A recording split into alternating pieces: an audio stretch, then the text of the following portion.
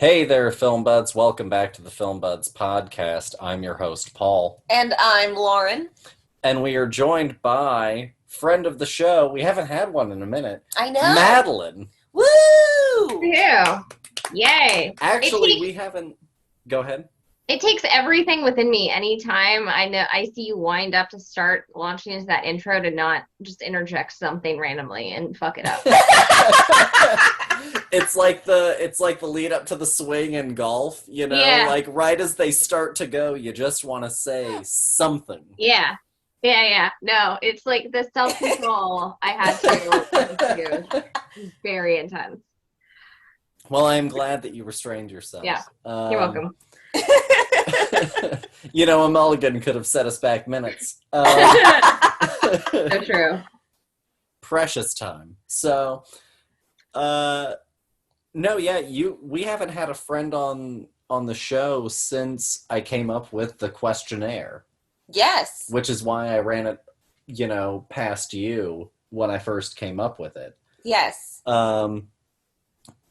But no, so it's good to have you back on. Since what have you been doing since the last time that you were on the show? I'm trying to think, what was the last episode that you were on? The Fern Gully one, which Yeah. April? Yeah, April. Yeah. So April was the last time I was on. We talked about, I know it's been a hot minute, Fern Gully. Since then, I've been doing a little writing here and there for Screen Rants, some general kind of freelance writing, stuff like that. Basically getting cooked to death because I live in Texas and it's hot as hell. And that's about it. Good. So what have you been writing? Why don't you tell the listeners what you've been writing over at Screen Rant? What have you been focusing on? Random shit, but all kinds of different stuff. I try mostly to focus when I am able to like kind of do fun sort of like horror themed lists of things.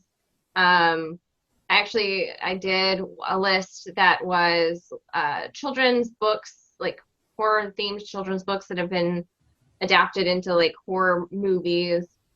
And while technically Freaky Friday is not a horror book for children, it is a book for children that has been adapted a multitude of times, including, obviously, this episode's film. So things like that. I did one. I think so far my favorite though has been like just kind of like 10 obscure horror monsters that more people should know about, and it was like a list that included like a murderous tire, a killer dress, a bed, the bed that kills, some sleep tight. Yeah. Well, the best cinematic bed death that I always think of is Freddy versus Jason. Oh yeah. Where he folds him in. Yeah. That's fair. Taco bed death. Yeah. Taco bed death. There's a couple good ones. And then what is it? Is it Nightmare on Elm Street? Is it the first one or the second one where like Johnny Depp? Is it the first one? Yeah, it's the first one where Johnny gets sucked into the bed. Yeah, they filmed that. They shot the whole thing. Here's a fun fact about that: they shot the entire room upside down and just sprayed blood through essentially the roof. Yeah. But the problem was no one damned any of the set, and so all of that fake blood came rushing off, and it came out in such a surge that it caused a whole bunch of like unsandbagged lights because they were on a set. Yeah, there was like to just go slip sliding over and just start to explode, and it was an entire disaster. They only did it one time, and that's the one that's in the movie. Yeah. Because it was the most expensive shot of the entire movie, just because of the equipment destroyed. That's right. Wow. Yeah. Wow, that's fantastic. Well, gosh. Deathbed, the death. It's called Deathbed, the bed that eats, and highly recommend it. As the name suggests, it's like a demonic bed, and it like sucks like the skin and flesh off of this guy's like hand, and he's got like a little bone hand. It's great. This sounds like a Stephen King cocaine dream. Probably. I mean, it should be. It should be. Right next to the killer cars. Yeah, Yeah. like it's right up there with Maximum Overdrive, really. Yes. Yeah. No, so some great been writing some real high quality content. Yeah. Well, you're joining us, of course, on our final episode of Pride Month. July, is that the first Friday of next month. So this is our final Pride Month episode, just because of a weird calendar. Sometimes calendars are weird. But we're very glad to have you on, and I wanted to have you on because, one, I wanted to do a horror episode because horror is such a inclusive genre. It's such a subversive field. So many people have been able to go and do such interesting stuff with the genre really since it began. And sort of coding horror for all sorts of different subversive topics. And also, I knew that you had seen this movie and that you were a fan of it. Yeah. And of course, you also have a WGS degree. That's Thank a Women you. and Gender Studies degree, for those of you that don't know. We've got a professional here. Yeah, we do. Madelaine, hush. We've got a professional here. That's right. That's right. And no, and you're always so insightful, and you're always such a blast to talk about with horror. You've been on like so many of our horror specific episodes, honestly. And so it just seemed like such a natural fit.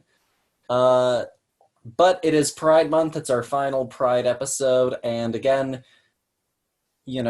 LGBTQ themes and horror go hand in glove, really. And so I guess before we get too deep into the discussion on our main movie, which is Freaky, do y'all have any kind of, when you think of horror and you think of particularly queer horror, what are some movies that come to mind? Do you have any favorites?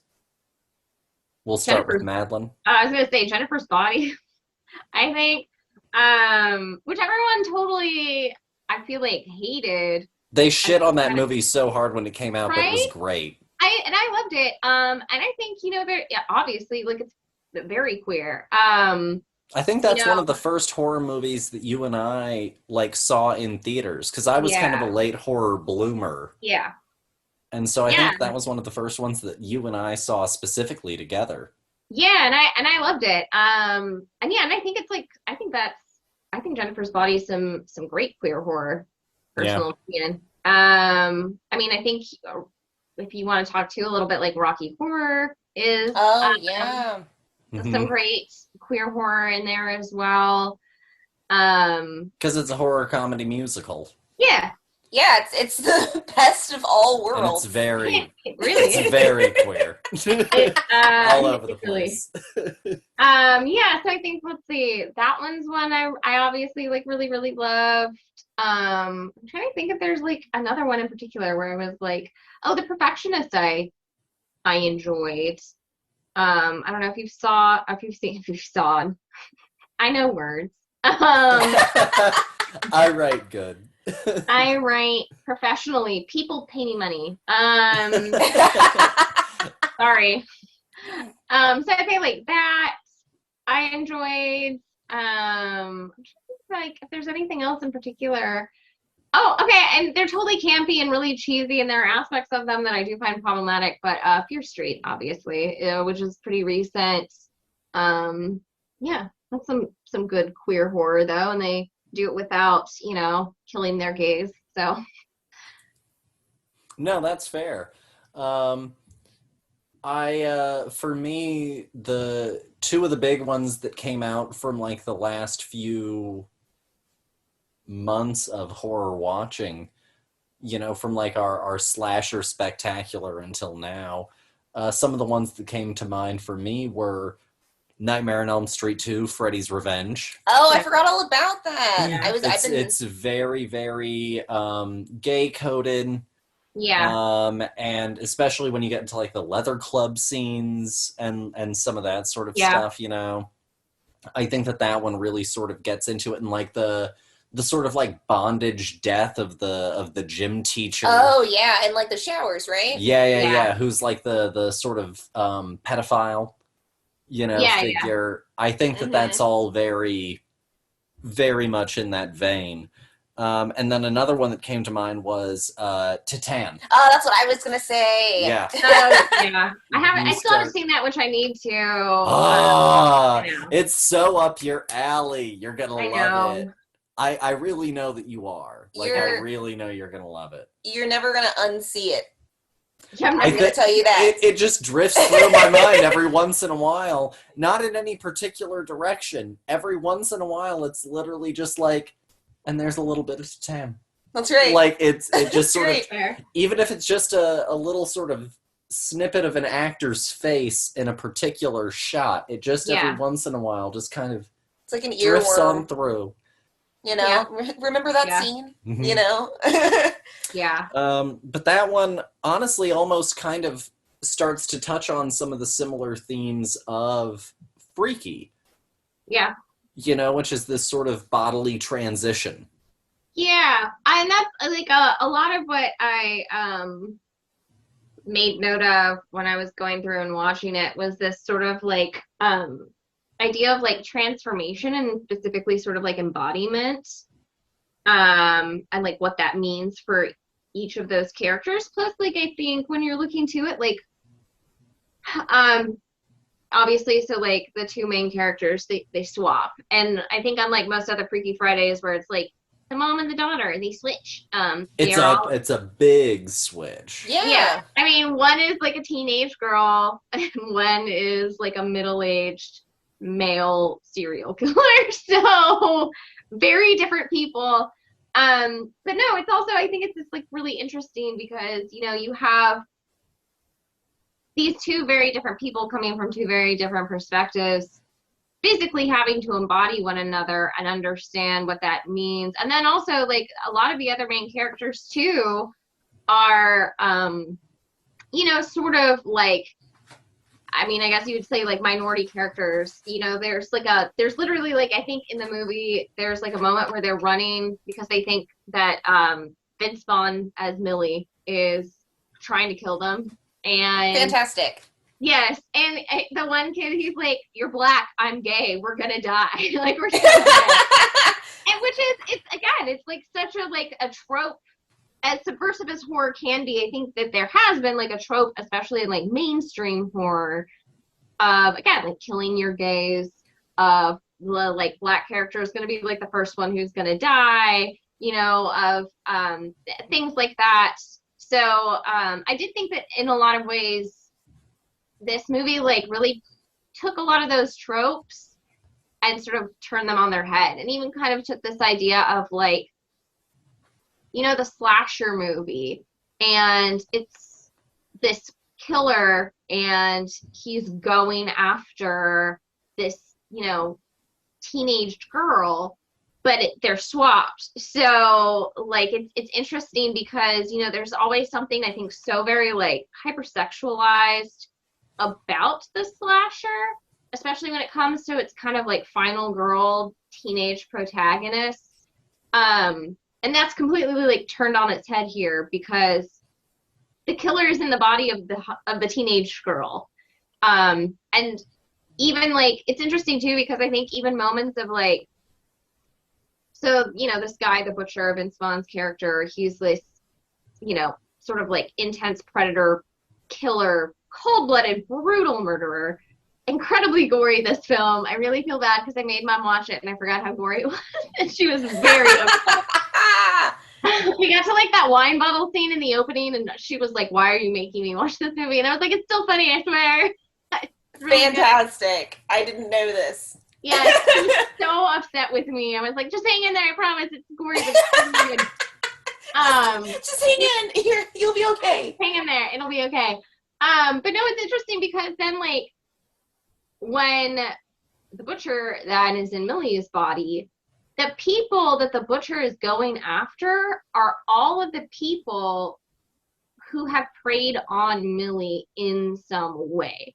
Because Millie is this hyper vulnerable kind of person. She's, you know, like, her family's kind of been immobilized by grief, things like that. But then on top of that, you know, she's like bullied at school and she doesn't fit in and she feels super awkward and people are super mean to her.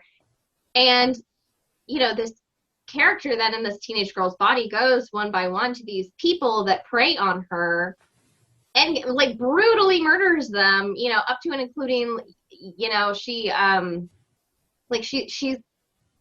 well, Millie, Vince Vaughn as Millie, is like kind of shits on those like jock guys, because they keep flirting with her now that she's like hot Millie, which again also was hilarious to me because it felt like such a classic, like, She's All That, where they like they change her hair slightly and take her glasses off or whatever, and like all of a sudden she's super hot. Oh, Easy A when she's like walking around in bustiers. Yeah, so. Like even it's like even less. It's like they literally just like put her in a jean, like in a leather jacket and some lipstick. And they were like, "Whoa!" Everyone was like, "Holy shit!" It's the walk. Yeah, so like all of a sudden she's like garnering this male attention, and she like makes fun of them for it, and is like basically go fuck yourself. I think the actual quote was to the one boy, "Your touch makes this pussy drier than sandpaper," which is such an incredible thing to say to another human. And it made me, you know, he gets so mad that he decides he's going to like assault her. And it made me think of like the Margaret, I think it's Margaret Atwood quote, where it's like, men are afraid that women will laugh at them. Women are afraid that men will kill them. And, you know, she makes this boy feel bad. And his reaction is to get a bunch of his friends, isolate this girl, and they're gonna sexually assault her. I mean, he's literally like, "There's 3 of us, and you got 3 holes," and like she turns it on and like murders all of them. So there is, I think, there's like a lot to unpack there. I'm like monologuing. I'm so sorry. There's a lot to unpack, I think, as far as just like vulnerable people, and then kind of flipping like that script of like who is vulnerable, and what that means, and like different people in different bodies and different sorts of mindsets around things, and just sort of like general power dynamics between people. I don't know, I think there's like a lot there, and I think it's like very interesting and intriguing, and I think the movie does such an interesting but like really fun, engaging job of kind of like exploring these things, but like again in a way that's like, it's fun. No, for sure. Let's, I guess, sort of back things up just for a little bit of a second. I ran through the whole plot of that film. You're totally fine. So let's just sort of back things up for just a real quick second. So Freaky was released November 13th, 2020. It's an hour 42. It's rated R. It had a budget of $5 million. It grossed $15.9 million globally. Not bad for like a horror film released in the pandemic. No, honestly. It was written by Michael Kennedy and Christopher Landon, and it is directed by Christopher Landon, who also directed Happy Death Day and Happy Death Day to You, the sequel. And the cast includes, as the leads, Vince Vaughn as the Butcher and Kathryn Newton as Millie. And the synopsis is, after swapping bodies with a deranged serial killer, a young girl in high school discovers she has less than 24 hours before the change becomes permanent. So obviously, Madelaine is familiar with the film and also enjoys it very much. So, I can tell. Dear, why don't you go ahead and talk with us a little bit, react to some of what Mad said. What did you think of the film? This was one that you and I had not seen, but I was interested in seeing. Yes. So, funny story, actually. When, like, this movie was advertised, I was like, yeah. I wasn't that interested, you know. I was like, okay, whatever. It's like another one of this It's great. We're doing another body swap movie. Fantastic. This time it's with horror and it's got Vince Vaughn in it. I mean, okay. It's like, whatever. But I really enjoyed this movie a lot. Like, it really went above my expectations. I mean, honestly, like, when your expectations are like, it's going to be a mid movie, I was like pretty impressed, honestly. A lot of the horror I think is great in this. It's definitely got a lot of that good gore and that good like cringe feeling that a slasher movie is supposed to have. And I think that this movie is like, it has a really good transition as well when they switch. Mm-hmm. And I think that they honestly, like, I think the switch personalities versus the original ones. Like, I think that Vince Vaughn is like the strongest part of this entire movie. I I think that he's agree. really selling, being Millie, being this teenage girl who has a crush on a boy, but is like now looks like this, and like it's just kind of like, what am I supposed to do with this? And like trying to convince her friends that like she is who she says she is, and all of this. And I think that, and I don't ever once get taken out of that and being like, oh yeah, but this is Vince Vaughn. Yeah. I think that he's really just going phenomenal, and I think that the actor who plays Millie does a really great job. Is the butcher as well? I think that it's Yeah. probably her strongest of the two parts. Is getting to being this dominant force and being a Yeah. badass and getting to to murder and slash. Like, I think that she's really selling that for me. But no, I thought that this movie was really interesting. I wasn't expecting when you brought it up for Pride, I was like, I don't I don't get it. You know? I don't understand. They're not singing about AIDS. I don't get it. um but it's a fascinating movie about about what it means. Your gender identity does not have to be your outward appearance, and I think that this movie is a great example of that Yeah.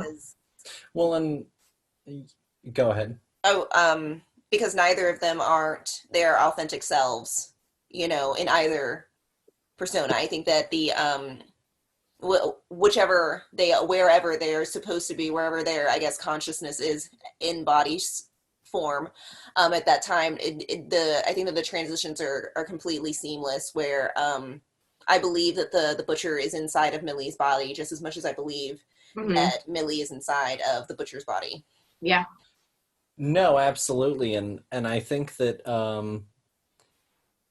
there's a brief period of time where spoiler alert about the movie. Um, there's a brief period of time where like Millie is trying to get comfortable with the idea that she might just be stuck as this. Hmm. And I think that starts to get into this really interesting place of like becoming comfortable with this transition in identity. Yeah. And I think that it's also very interesting that the love interest character doesn't like get weirded Yeah. out by it, and it's not played for some sort of laugh in the sense No. of, oh, this is freakish, It in was the very outright sincere. sense. I It thought has a lot No, of it's tenderness. yes, it's Yeah. very honest, and like he's totally like, yeah, that's And it's fine. a little bit weird up front, yeah, but also like they're working through it. And it yeah. has that kind of energy to it, and it's very sweet and it's very sensitive. And I think Well, that and I think it plays into this too, because like again, talking about pride and sort of like queer identity, like I think, again, you're right, like it's Millie in this new body, and like what does that mean? Then you have Booker, who's like her kind of love interest, and yeah, like he's not put off. It's almost kind of like um like maybe like a pansexual sort of, like it doesn't, it's not about the body, it's about the person, and like the person Mhm. that he is interested in is Millie, and it doesn't matter what that package is. mhm. And so I think there's like a lot of really interesting things about like that as far as like gender and even sexuality are concerned. There's her friends, and he gets like lulled away by one of the jocks, and it's like a total moment of like this kid is like obviously super super closeted, because he like pulls Josh aside and is like, yeah, I think Millie's over here. And then like the second that he tries to kiss him and Josh is like not into it, he calls him like the F word. Like it's a full on like super unaware. And so it's like I think it is interesting because like they really go through, and again, it's like very subtly, like they don't do it in this way that's like we're talking about these issues. But I think that like all of these different people are in like a very authentic, sort of realistic, you know, maybe minus the like mystical body swapping way, engaging with like varying forms of like gender identity and varying forms of like sexuality and what that means and looks like for them in their daily lives. No, absolutely. You know, it's kind of like how Texas Chainsaw, you know, hits on a lot of topical content ideas at the time surrounding, you know, some of inflation and some of the shift toward big ag and some of that sort of thing without really directly, you know, being about it. You Mm-hmm. know, in the same way that like District 9 is so heavily about apartheid. Not that like District Yeah. 9 is a bad movie, but like it's really walloping you with that one. Mm-hmm. Whereas like this lives very organically, Yeah. you know, very naturally, while also still being very fun. Yeah. You know, and that's the other thing about this movie that I think is also worth, you know, and you brought it up a little bit and you brought it up a little bit. It is a very fun movie. And It actually, this is. was another thing that I wanted to bring up. You know, you talked about Vince Vaughn being the linchpin and him, you know, doing better than Kathryn Newton did. I think that Vince Vaughn had a clearer idea of what Millie in this uncomfortable body was Mm-hmm. than what Kathryn Newton had as an idea for Millie being uncomfortable in her own I body. agree. And I think that that's why she also sung with the butcher, was because it was such a moment for her to sing, just like Vince Vaughn didn't really sing as the butcher, he No. sung as Millie.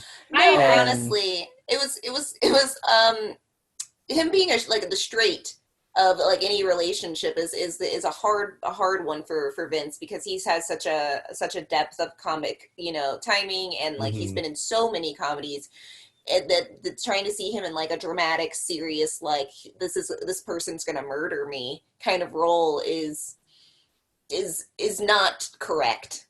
Yeah. But like also too, the thing that I really was impressed about with his performance was I think it also would have been so funny to almost be like camp. I'm a teenage girl, but it like did not feel like that at all. Like it felt very off, No. like very sincere, like a sincere portrayal of this like girl who's dealing with like grief over the loss of her father, and her family's in like this kind of like, you know, tragic place. She's having like struggles with her mom and things like that. And just like also just everyday vulnerable stuff in high school, liking a boy and worrying whether or not he's gonna like you back and not doing well in class. And he handled all of it like so sincerely.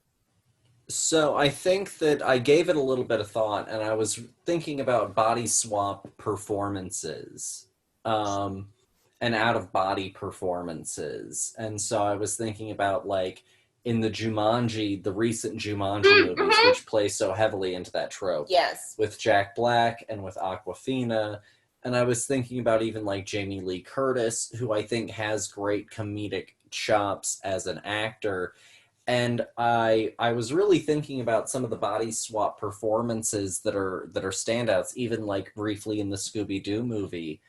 And Yeah. I think the Fantastic. reason that I was like, who are my standouts whenever I think of this kind of thing? Who are my standouts as performers? And it's comedians. And I think it's because Yeah.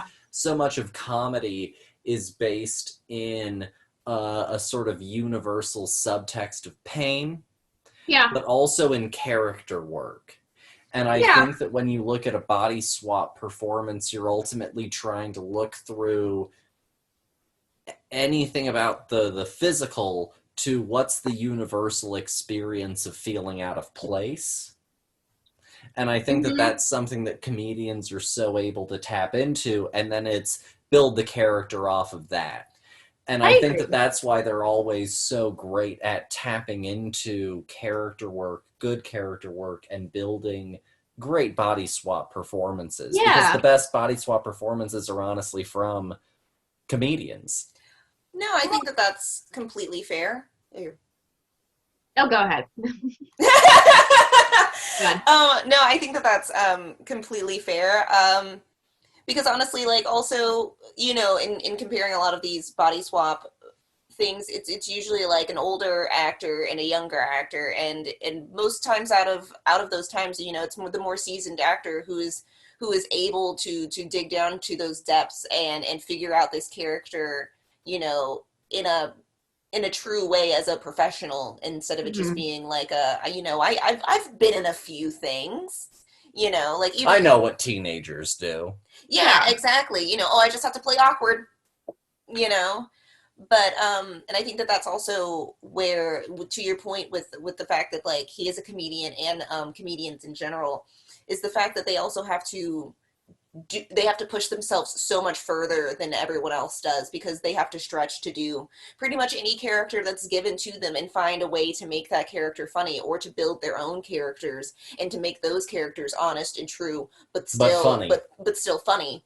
And the problem with drama is you usually get put into the same positions all of the time, where you don't get to stretch those opportunities, because nobody sees you as a flexible, Mhm. entity. Hmm. You I know. definitely, I think comedy is much harder than drama, personal Oh, opinion. always, always. It is way harder to genuinely make people laugh than it is to make people cry. Yeah. Sorrow is the easiest emotion to pull from, because it's It's it's so the universal. yeah, and it's something that is the easiest emotion to pull from within. You can think about something that makes you sad, and like the more you think about it, the sadder you'll get. But happiness, like, or being truly like funny and open to doing And whatever it finding takes. something that is funny not just to you, but to the crowd. Exactly, exactly. No, and again, you're not ever going to be funny to everyone. Not everyone's style of comedy is funny to everyone, but it's like a muscle that you have Yeah. to figure Yeah. out. Um, so another thing that I wanted to bring up was, I mentioned that Landon had done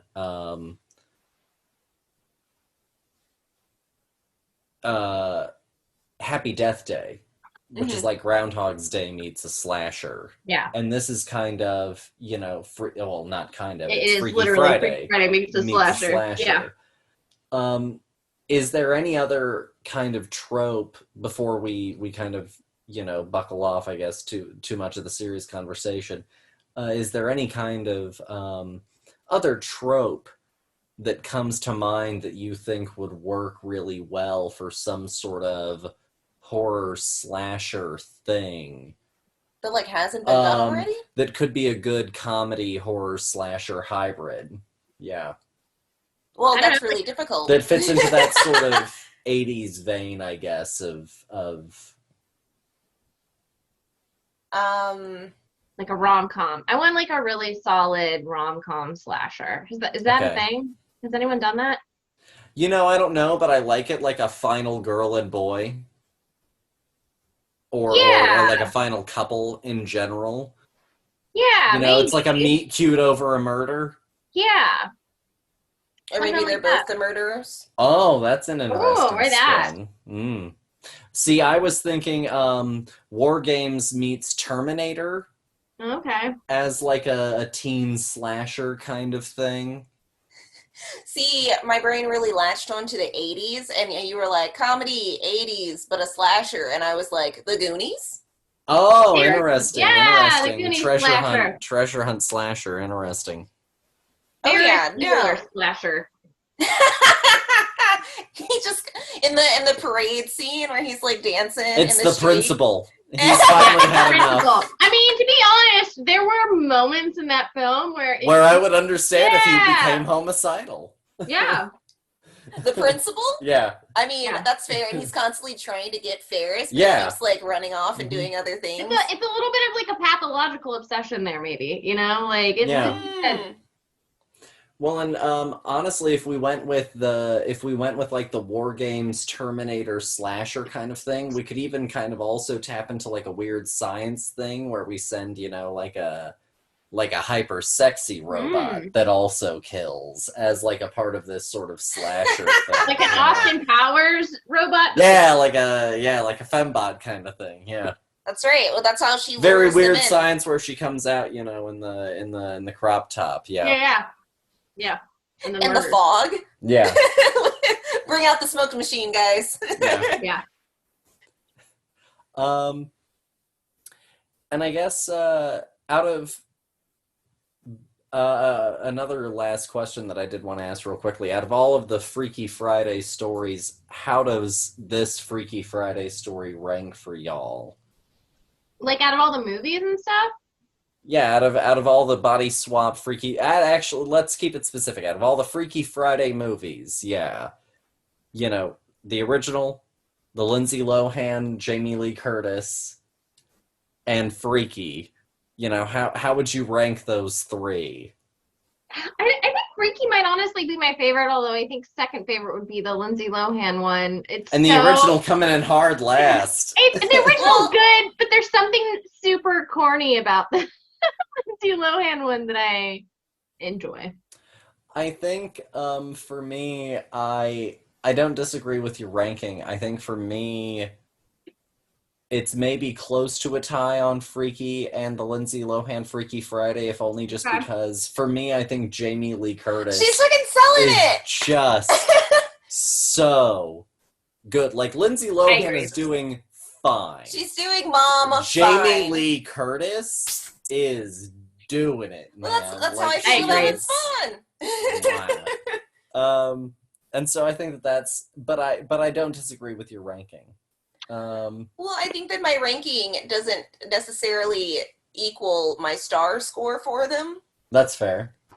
But like, I love the Jamie Lee Curtis one. It's good. It's so good. So much. Like, it's what you grew up on. Oh yeah, it has a soft spot. Lindsay Lohan's harsh highlights. It's a good time. She's in a band. It's fantastic. It's I was gonna say, this is also the early 2000s. Prime Lohan years for sure. Yeah. Oh yeah, it's one of her best roles. Honestly, like she's of all other than like Mean Girls. That's Lindsay, right? Oh my God, yes it is. And Parent Trap. You gotta love Parent Trap. Yes, Confessions of a Teenage Drama Queen. I think that's like the lowest, the lower. Herbie Fully Loaded. Oh no, that's on the bottom. Oh wow. Oh gosh, that puppet of a car. Yeah, no, absolutely fantastic. Justin Long is in that movie. Oh my no, God, he's not. Yeah, he is. Rough. But like, I do still like really enjoy this movie as well. But like, nostalgia came in hard and was that's like. fair. That's fair. That's very fair. So I guess if you had to rank, or if you had to give not rank, but if you had to give Freaky a score out of 5, what would you give it, Mad? I mean, I'm not gonna say that I think it's like the best movie ever made, but I honestly like, I give it a solid like 4.5 out of 5. I think I would say arguably it's like close to like a perfect film. I mean, I don't know. I know that seems like really intense, but like, I think it's really good. I think it's funny.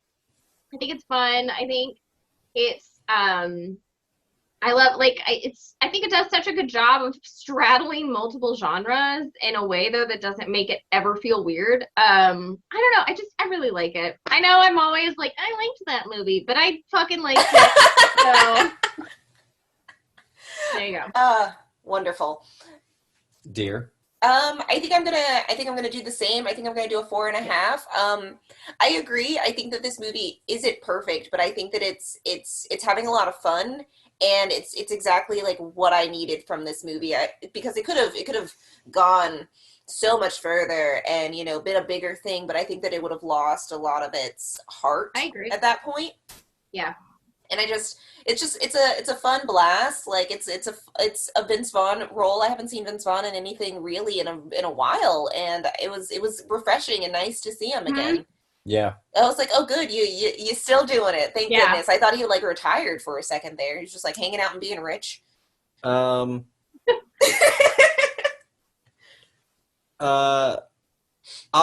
go for a 4.5 out of 5.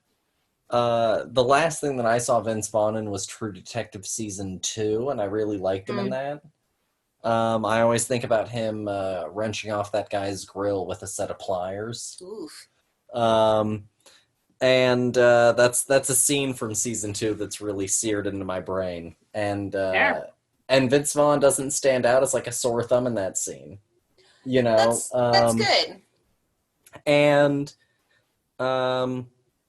as far also as the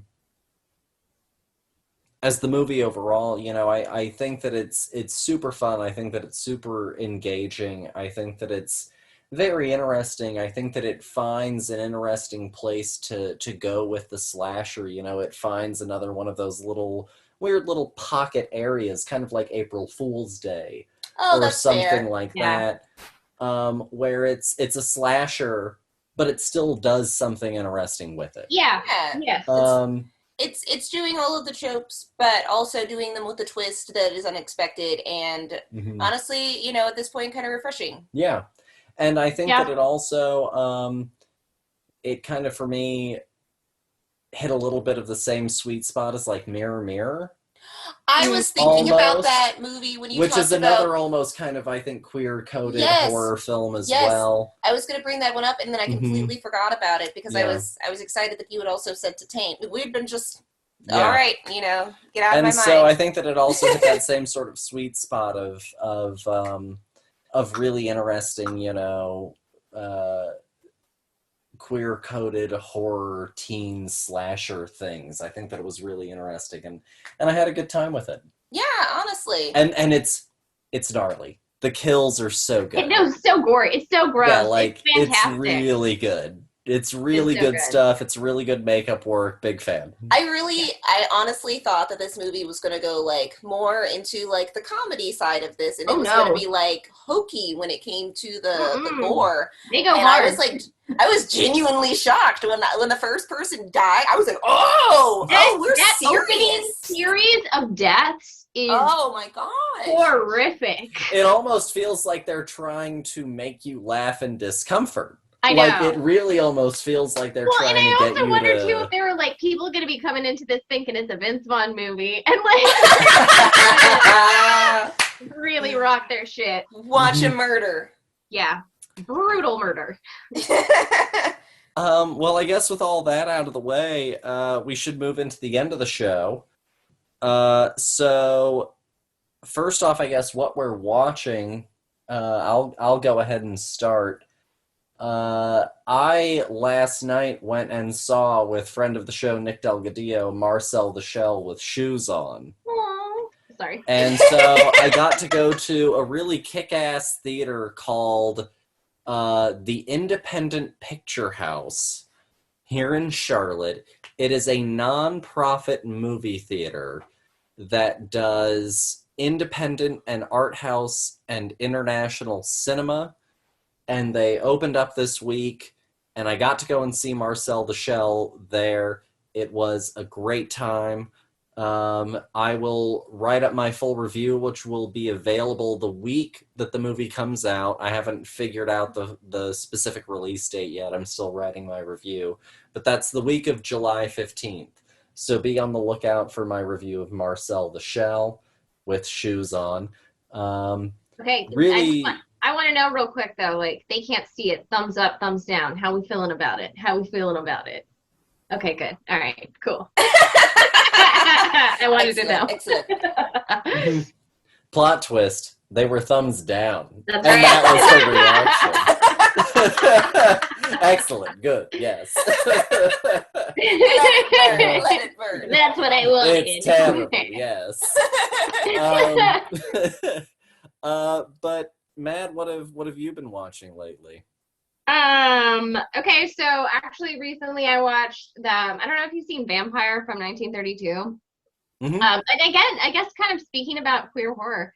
But that's like loosely based off of Camilla, which I don't know if you've ever read that. It predates, which is again, I read that recently. It predates Dracula by like quite a bit. Yes. I do remember you talking about this. Yeah, and so and it's definitely very like queer horror, both like the novel and then obviously like the movie itself. And so I watched that recently, like which I loved it. Fantastic film. Vampyr. Definitely recommend giving that a go. It was really, really good.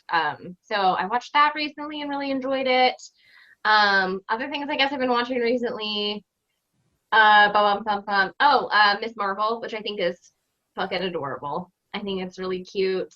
I think it's precious. I think she's adorable. So I watched that and enjoyed it. And then what's another thing that I guess I watched recently? No. Oh, I saw the new Jurassic World movie. This is my rating for Oh. that. I mean, I'm not shocked. Guys, it was the opposite in Marcel the Shell. Yeah, it was thumbs the up. Yeah, that's right. Disgusting. Yeah. Not even Jeff Goldblum can save that for me. It was Oof. But we were like tooling around outside and we were all really hot. So we were like, let's go watch a movie. And then like next one that was available was that. And we were like, well, I guess Here we're gonna we watch go. this. We live in Texas, so here we I guess go. this is it. So yes, I did see that. I'm partially ashamed to share this information, but I did see that movie. Fantastic. Dear, what have you seen lately? Well, we finished up the first part of Stranger Things 4, yeah. Oh yeah, also that I saw that. What Yeah. do you Oh think? yeah. Oh yeah.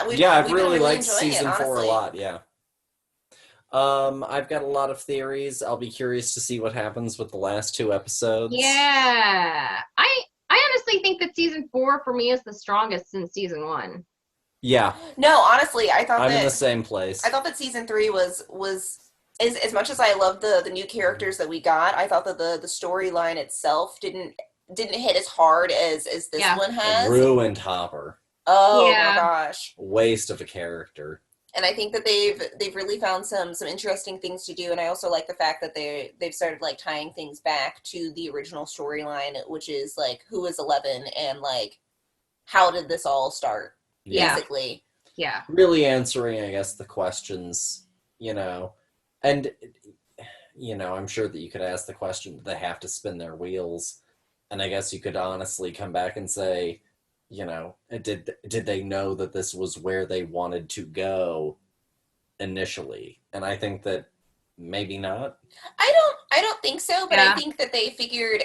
I think that they got a strong like head of steam with this season. Yeah.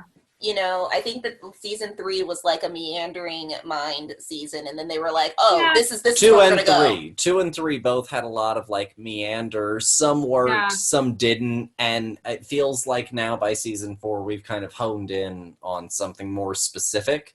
I agree. Yeah, we've gotten our chess pieces where we want them and to also be. I think that they've gone and tapped back into King a little bit more strongly again. I agree. Whereas with 2 and 3 they wandered into some of their other influences, and I don't know that they hit those influences as hardly, whereas in season 1 and in season 4 I think that both of them to me feel much heavier King and 80s horror. I agree.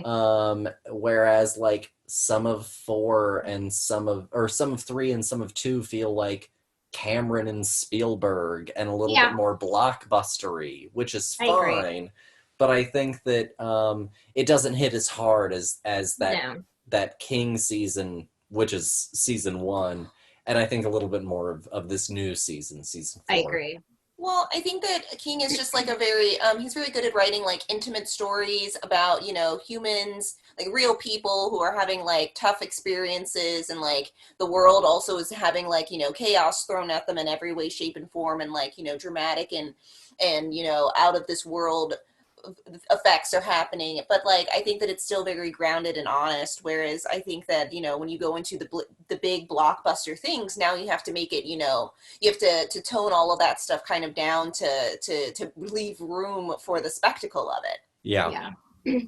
Also, this season popularized Kate Bush's which like Hounds of Love is like one of my favorite albums ever. So when I found out that like everyone was popping off with that song, I was like, fuck yes. Kate Bush, it's a jam. Love Kate Bush. Very exciting. Well, she gets those royalties, man. Like, do it. I mean, no, yeah, like I saw, you know, there are all sorts of, you know, varying estimates that you see all sorts of places over the internet, but I mean, without a doubt, she's definitely seeing fatter checks. Whatever the agreement is, she's definitely seeing fatter checks. This is how I want my singing career to go. I just want to make one banging song and then have some show like Stranger Things just like light that thing on fire and just like watch it fly. Mm-hmm. But I guess goals, man. There was one last thing that I wanted to do in today's show, which was, since we have a friend of the show on, since we created the friend of the show questionnaire, we had to crack it out. So even though you've been on before, you haven't been on since the questionnaire came on, and so essentially it's very simple. There are currently only 10 questions on the questionnaire. Okay. I pick 5 at random in any order. And then I ask them and you answer them. I'm going to eventually add on more questions, but currently there are just 10. If I don't answer correctly, do I get like an electric shock or something? Like what? The bridge here? Drops out, you know, Monty Python style. Yeah. Cool. So just like spread your legs real good. Okay? Yeah. All right, cool. So, I got them. Here are your questions from the official Film Buds friend of the show questionnaire. Woo! So, what's the first movie you remember crying in? Oh, fuck. Land Before Time. Oh, okay. Nice. You had that one ready. Wow, in the chamber. That Boom. One was easy. Nice. That movie ruined my life. It's easy. No, that was a good answer. Thank you. Wasn't prepared. What's your favorite scene in a movie? Oh, fuck, that's really hard. Shit. I don't know. There are so many really good ones. Was my sarcastic answer last time the Shrek taking a bath scene? That's a good one. That's a good one. So he jokingly, like, I had to take the questionnaire, and every answer he gave when he was, like, answering the questions was related to the Shrek movie. Okay, I like that. Any scene from the movie Minions. Just kidding. It's the eyes. Yeah, I'm trying to think of, okay, I don't know if it's, like, one of my, I don't think I can actually pick, like, a favorite scene, but, I think probably one of my favorite scenes is in Everything, Everywhere, All at Once. Towards the end when she's talking to her daughter in the parking lot, you know, when her daughter like wants to, I don't know, I guess spoiler alert if you have not seen the movie, but her daughter basically becomes like this infinite being and she's just like tired of existing and she just wants her mom to like let go so she can stop existing. And like that scene between the two of them where it's just like total acceptance and like, yes, life is hard, but you know, like you find the people that matter to you and that you care about and you push forward, and wanting to have her daughter there with her, and like, I don't know, them flashing through like all of the different iterations of themselves and past and present and future, like all of it. And I don't know, it's just like that, although frankly like that whole fucking movie could be like my favorite scene. Like it's so fucking good. Also a film that I cried in.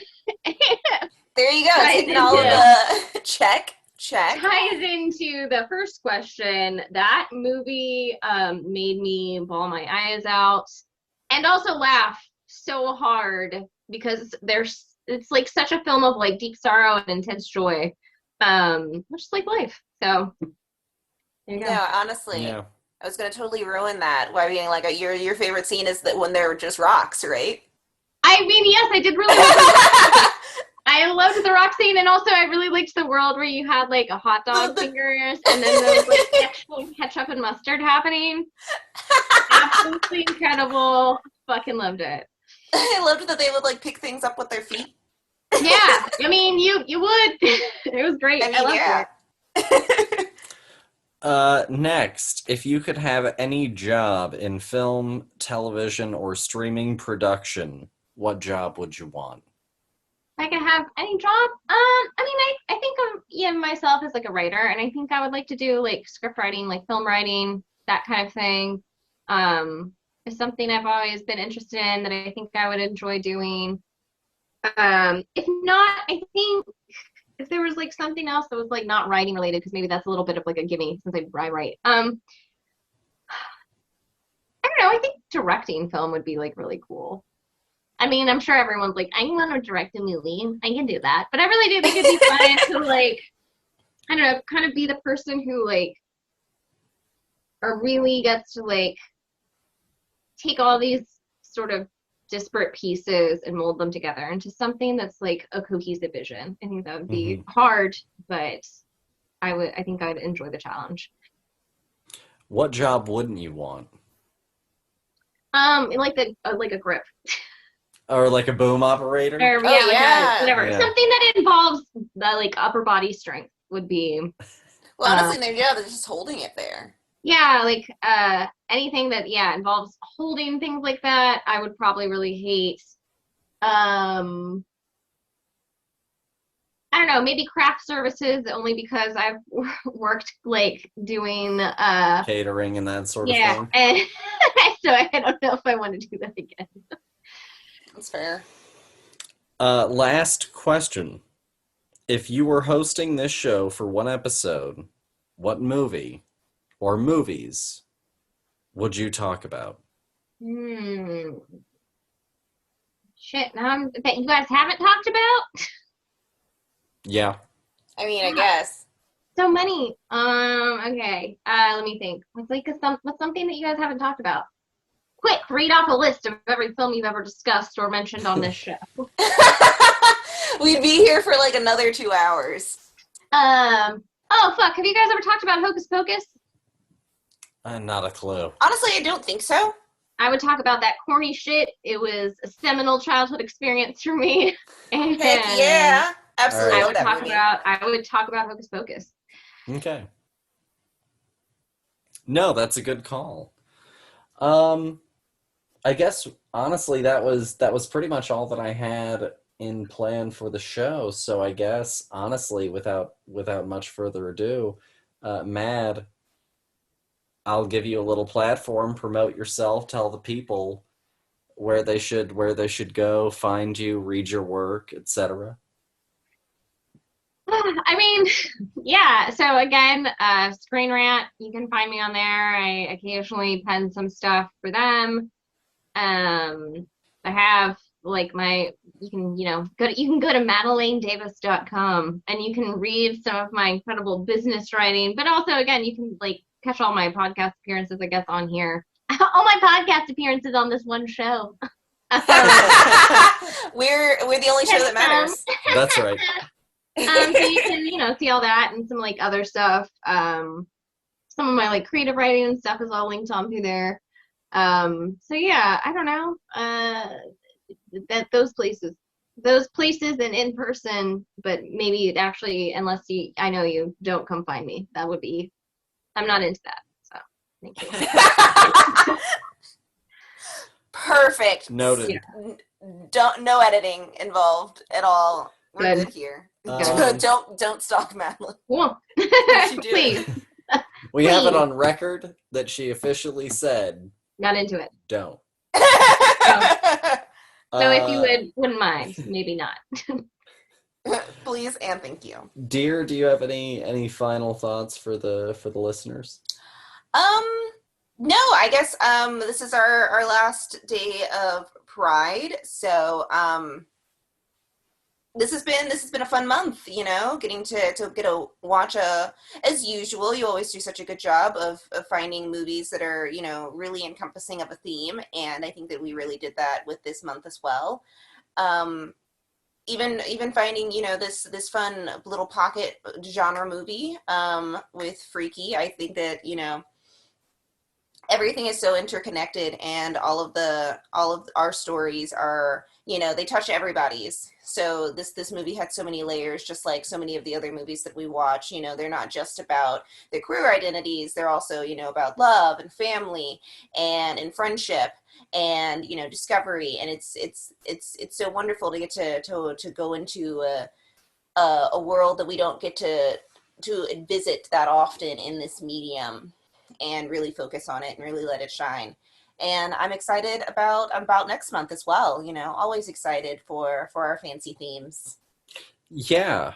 Um, no, very well said. Pride Month was a lot of fun. I really, really enjoyed it. You know, we I grew up vaguely knowing, a few different people, who at like the time that I met them, no one out and out said that like they were on the queer spectrum in some capacity.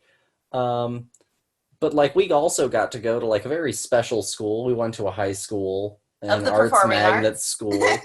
Um, that was a very lovely, very eye-opening, sort of one-of-a-kind experience, that was very grounded in a lot of sensitivity and awareness of other people, and was also very expressive and very openly expressive of every identity that you wanted to put out there. Yeah. And I think that was a very exciting, um, and safe place, and I think that really highlights for me the value of creating safe spaces in education for children to be children and figure out who they are as autonomous beings. And Pride is all about figuring out who you are. Yeah. Yeah, And being proud of it. Mm-hmm. I agree. Oh, also, just to like tag on to, uh, I just kind of like guest discussion of like that, but also an incredible, incredible show that I highly recommend, that definitely kind of like, I think perfectly ties into this idea of like queer identity, whatever that kind of queer identity is, and like being able to grow into yourself and learn to express that, child or otherwise. Our Flag Means Death. I'm Mm-hmm. absolutely fucking obsessed with that show. I've like rewatched it like 2 or 3 times now. Um, it's incredible. It's such like a lovely, what I didn't really know a lot about it going into it. And I kept thinking like, oh, this is just gonna be like some queer baiting. And it is not. And it's just such a beautiful, lovely romance, and like exploration of gender, and just, and also it's funny as fuck. Taika Waititi, man, good shit. So yes, I'm also, I guess, plugging that show. Well, hell um, yeah. but watch it. Everybody should watch it. Literally everyone. Do it. Yeah. But that's all that I have for y'all. Thank you again for complimenting the lineup of Pride Month. If you didn't know already, if this is your first episode of our Pride Month, we did all the way back to 1919 up until now. It was all pretty much in chronology, all kind of across the board in what was presented. The first two are a little bit out, but for the most part, it is. Um, but it was a lot of different content. It was a good month. Next month is going to be our summer themed month. If you're a part of our newsletter, you know what's coming next month. For those who don't know, I will say that next week we're doing our 4th of July episode, and we decided to go in a little bit of a different direction on 4th of July this year. And there's no pomp, there's no circumstance, there is no fireworks. I decided that it was time to talk about America and what it is to be a responsible, engaged civic citizen. And so on my 4th of July episode next week, really selling this, You are. we're going to be doing All the President's Men and Do Oh, the shit. Right Thing. All right. Yeah, All right. so buckle up for next week, everyone. I mean, you're still selling it. I dig it. You're welcome. Wow. But definitely tune in for it. It's going to be fun all the same. I mean, we're going to talk about how weird young Dustin Hoffman is. It's the hair. It's really weird to see him. I think it's because I just saw too much old Dustin Hoffman growing up, but we'll get into that next week. That's fair. In the meantime, check out all of our previous Pride Month episodes. Check out Madelaine on Screen Rant, and we'll talk to you guys next week. Bye.